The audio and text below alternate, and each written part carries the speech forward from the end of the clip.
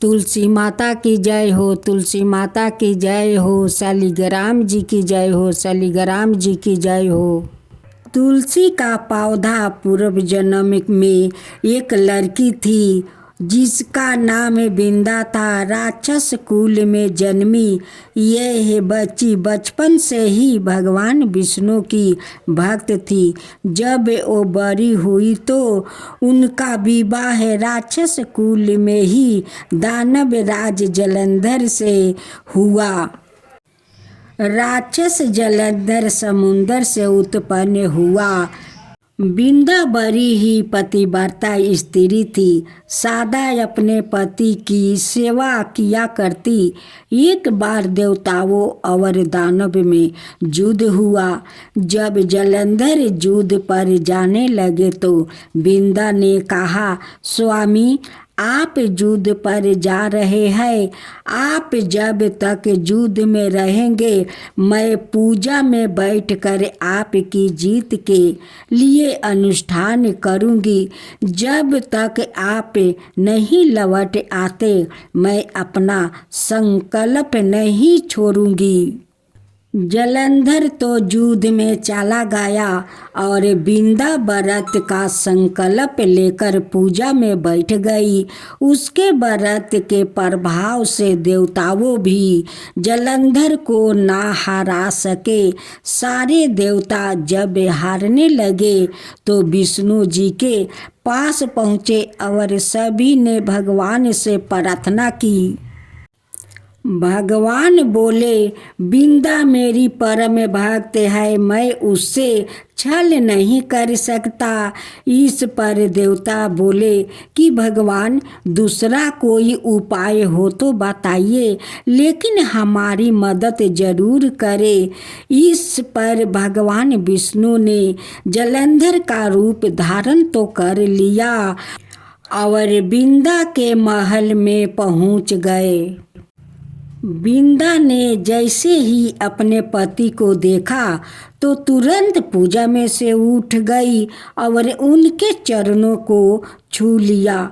इधर बिंदा का संकल्प टूटा, उधर युद्ध में देवताओं ने जलंधर को मार दिया और इसका सिर काट कर अलग कर दिया।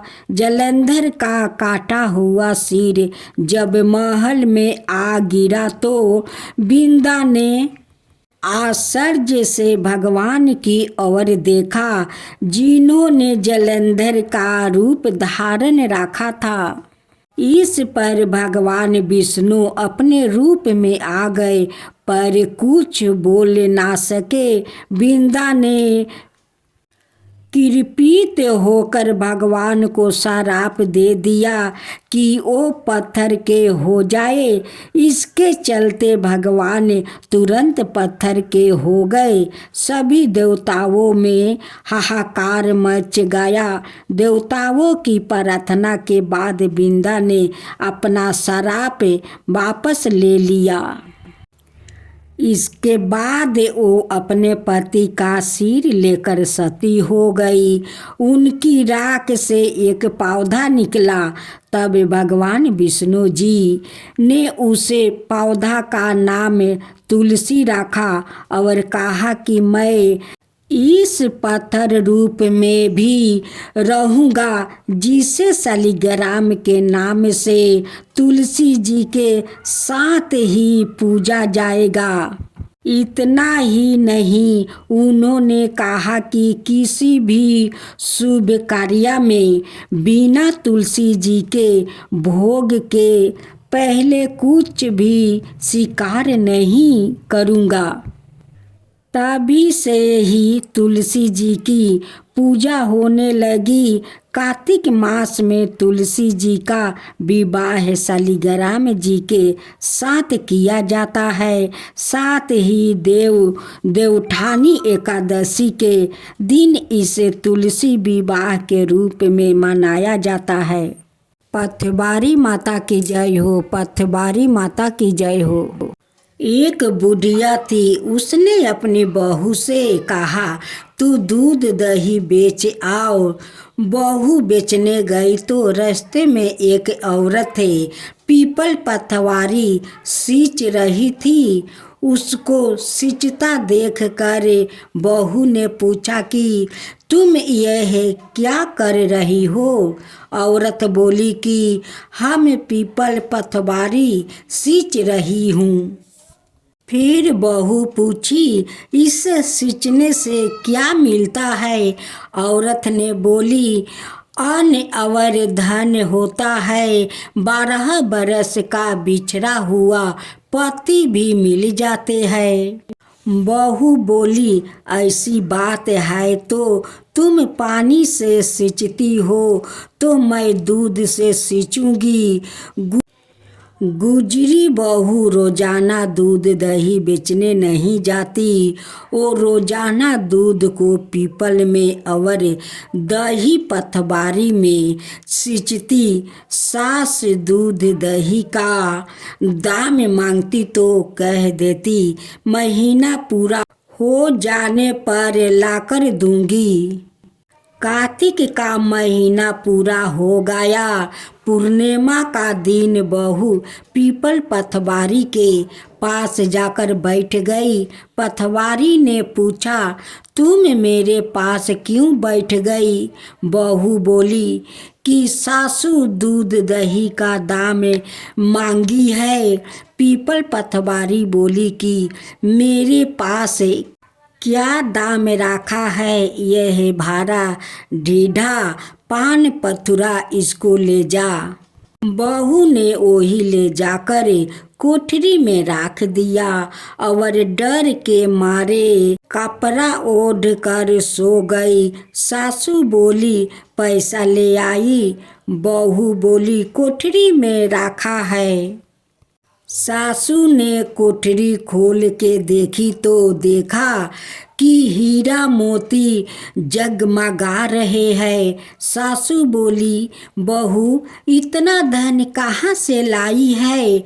बहू ने आकर देखा तो सच्ची में ही धन भरा हुआ है।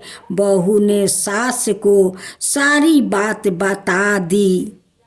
सास ने कहा, अब की कार्तिक में मैं भी पतवारी को सींचूंगी। जब कार्तिक महीना आया तो सासू दूध दही तो बेचने आती, हंडी धोकर पीपल पतवारी में चढ़ा देती। घर आकर बहू से कहती, मेरे से दाम मांगे। बहू कहती है कि सासू जी, कोई बहू भी भला सासू माँ से दाम मांगती है, मगर सासू जी कहती तू मांगे। तब बहू बोली, सासू जी पैसा लाओ। तो सास पीपल पतवारी के पास जाकर बैठ गई। तब पीपल पतवारी ने सासू को ईंट पथुरा हंडी में भर कर दे दिया। सासू ने उसे ले जाकर कोठरी में रख दिया।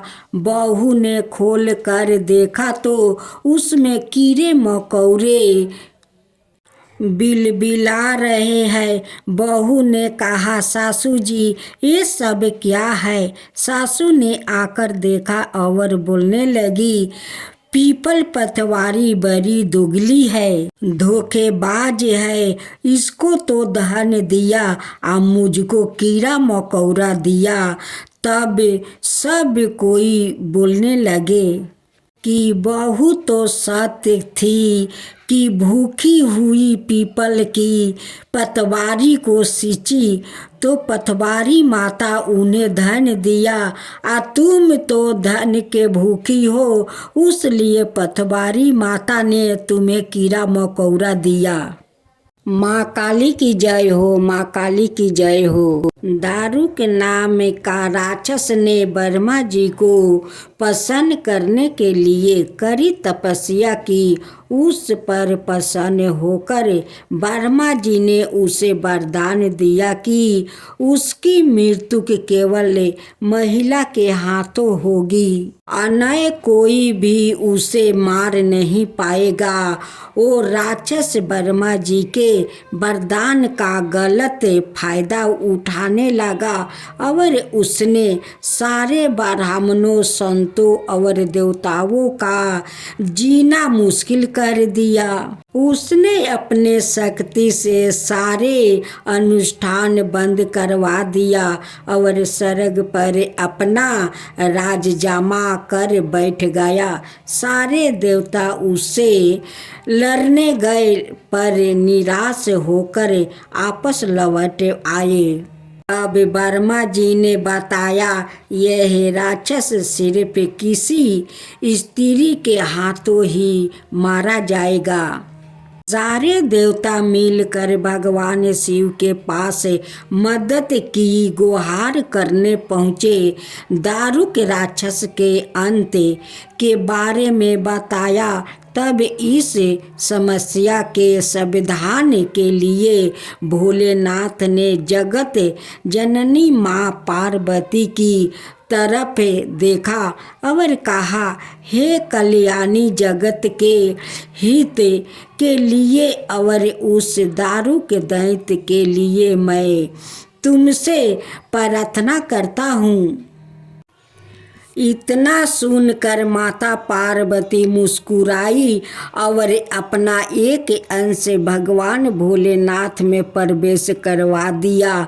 माँ भगवती का वो अंश भगवान शिव के गले से अवतारित हुआ। भोलेनाथ ने तभी अपना तीसरा नेत्र खोला और उनके नेत्र के द्वार से माँ ने भयंकर काली का विकराल रूप धारण कर लिया।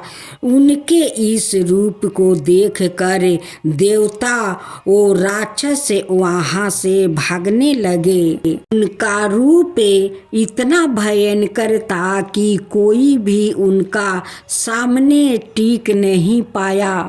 माँ काली के सिर पे हुंकार से ही सारे दैत्यों का नाश हो गया। सारे असुर जल कर भस्म हो गया, लेकिन तब भी उनका गुस्सा शांत ना हुआ और उनके क्रोध की अग्नि से सारे लोग जलने लगे। देवताओं ने पुनः भोलेनाथ से मदद मांगी। तब महादेव ने माँ काली के गुस्से को शांत करने के लिए एक बालक का रूप धारण किया। उनके इस रूप को बटुक भैरव भी कहा जाता है और उस बालक के रूप में भोलेनाथ जोर जोर से रोने लगे। उनके रोने की आवाज माँ काली के कानों में परी। माता ने उसे प्यार से बालक को अपने गले से लगा लिया और माता वापस से अपने स्वयं रूप में आ गई।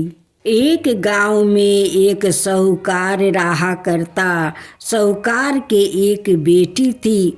वो हर रोज पीपल सींचने जाती। पीपल के वृक्ष से लक्ष्मी जी प्रकट होती और चली जाती। एक दिन लक्ष्मी जी ने साहूकार की बेटी से कहा, तू मेरी सहेली बन जा। तब लड़की ने कहा कि मैं अपने माता से पूछकर कल आऊंगी। साहूकार की बेटी ने घर जाकर अपने माता पिता को सारी बातें कह दी। तब उसके पिताजी बोले, वो तो लक्ष्मी जी है, अपने को और क्या चाहिए, तू लक्ष्मी जी की सहेली बन जा। दूसरे दिन वो लड़की फिर गई। तब लक्ष्मी जी पीपल के पेड़ से निकल कर आई और कहा सहेली बन जा। तो लड़की ने कहा बन जाऊंगी और दोनों सहेली बन गई। लक्ष्मी जी ने उसको खाने का न्योता दिया। घर आकर लड़की ने माँ बाप को कहा कि मेरी सहेली ने मुझे खाने का न्योता दिया है। तब बाप ने कहा कि सहेली के जिमाने जाइयो पर घर को संभाल कर जाना। तब वह लक्ष्मी जी के यहाँ जिमाने गई तो लक्ष्मी जी ने उसे साल दुसाला ओढ़ने के लिए दिया, रुपया दिया, सोने की चौकी, सोने की थाली में 36 प्रकार का भोजन आयोजन कर दिया। जिम कर जब वो जाने लगी तो लक्ष्मी जी ने पाला पकड़ लिया और कहा कि मैं भी तेरा घर जिमाने जाऊंगी। तो उसने कहा आ जाइयो। वहाँ घर जाकर चुपचाप बैठ गई। तब बाप ने पूछा कि बेटी सहेली के यहाँ जिमा कर आई गई और तू उदास क्यों बैठी है। तो उसने कहा कि पिताजी मेरे को लक्ष्मी जी ने इतना दिया, अनेक प्रकार के भोजन करवाए, परंतु मैं कैसे जिमाऊंगी। अपने घर में तो कुछ भी नहीं है। तब उसके पिता ने कहा कि गोबर मिट्टी से चौका लगाकर घर की सफाई। लड़की सफाई करके लड्डू लेकर बैठ गई। उसी समय एक रानी नहा रही थी। उसका 9 लाखा हार चील उठाकर ले गई और उसके घर वहाँ 9 लाखा हार डाल गई और उसका लड्डू ले गई। बाद में हार को तोड़कर बाजार में गई और बेच कर सामान लाने लगी। तो सोनार ने पूछा कि क्या चाहिए। तब उसने कहा कि सोने की चौकी, सोने का थाल और साल 2 साला दे दो, मोहर दे दो और समगरही दे दो।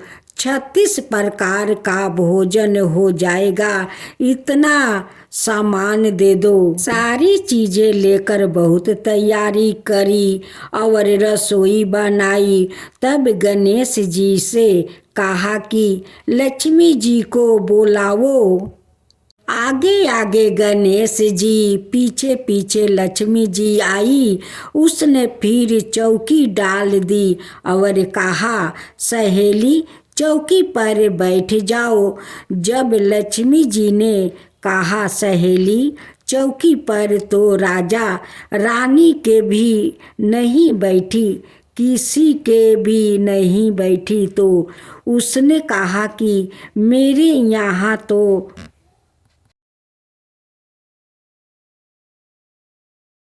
बैठना पड़ेगा। फिर लक्ष्मी जी चौकी पर बैठ गई। तब उसने बहुत खातिर की। जैसे लक्ष्मी ने करी थी वैसे ही उसने करी। लक्ष्मी जी उस पर खुश हो गई। घर में खूब रुपया एम लक्ष्मी हो गई। साहूकार की बेटी ने कहा मैं अभी आ रही हूँ, तुम यही बैठी रहना। और वह चली गई। लक्ष्मी जी गई नहीं और चौकी पर बैठी रही। उसके बहुत दौलत दी। हे लक्ष्मी जी, जैसे तुमने साहूकार की बेटी को दिया वैसे सबको देना। कहते सुनते हुंकार भरते अपने सारे परिवार को दिया। पीहर में देना, ससुराल में देना, बेटा पतोह को देना। हे लक्ष्मी माता, सबका कष्ट दूर करना, दरिद्रता दूर करना, सबकी मनोकामनाएं पूर्ण करना। संतोषी की जय हो, माँ संतोषी की जय हो। आप सुने माँ संतोषी का जन्म कथा। माँ संतोषी गणेश भगवान का पुत्री है। माता संतोषी का पूजन करने से भक्तों के जीवन में शांति और समृद्धि आती है। माता संतोषी प्रेम, संतोष, क्षमा, खुशी और आशा की प्रतीक मानी जाती है। ये माना जाता है कि लगातार 16 शुक्रों तक माता संतोषी का पूजन करने से भक्तों के जीवन में शांति और समृद्धि आती है। माता संतोषी को दुर्गा का अवतार भी माना जाता है। इसी के साथ माता संतोषी के जन्म को लेकर ये दुविधा रहती है कि वो भगवान गणेश की पुत्री है। भगवान गणेश को बल, बुद्धि और विद्या का देवता माना जाता है। इसी के साथ रिद्धि की कृपा बनी रहे तो हम कुशल बन सकते हैं और सिद्धि की कृपा बनी रहे तो हम स्वस्थ और सुरक्षित रहते हैं। इन तीनों की कृपा जिसे मिल जाए तो उसका जीवन सफल हो जाता है। माता संतोषी का इन सभी के साथ जन्म हुआ था, जिसके कारण उनके व्रत से व्यक्ति के जीवन की सभी परेशानियों खत्म हो जाती है। पौराणिक गृहस्थों में इस कथा के लिए कोई स्पष्ट उल्लेख नहीं मिलता है। मान्यताओं के आधार पर कहा जाता है कि भगवान गणेश के 2 पुत्रों के साथ एक पुत्री भी थी, जिनका नाम माता संतोषी था। भगवान गणेश की 2 पत्नियां रिद्धि और सिद्धि थी, जिनसे उन्हें 2 पुत्र शुभ और लाभ हुआ। माना जाता है कि भगवान गणेश अपनी बुआ से रक्षा सूत्र बंधवा रहे थे और इसके बाद तोहफों का लेन देन देखने के बाद गणेश जी के पुत्रों ने इस रस्म का रहस्य पूछा। इस पर भगवान गणेश ने बताया कि ये धागा नहीं है, बल्कि एक सुरक्षा कवच है, आशीर्वाद और बहन भाई के प्रेम का प्रतीक है। इस पर भगवान गणेश के पुत्र शुभ और लाभ ने इच्छा व्यक्त किया कि उन्हें भी एक बहन चाहिए, जिससे वो रक्षा सूत्र बंधवा सके। इसके बाद भगवान गणेश ने अपनी विशेष शक्तियों से एक ज्योति उत्पन्न किया और उनकी दोनों पत्नियां की आत्म शक्ति के साथ उसे सम्मिलित कर लिया। इस ज्योति ने कन्या का रूप धारण कर लिया और गणेश जी की पुत्री का जन्म हुआ, जिसे संतोषी का नाम दिया गया और शुभ और लाभ की बहन बन गई और उनका माँ संतोषी का नाम से लोग पूजा करने लगे। माँ संतोषी गणेश जी की पुत्री है।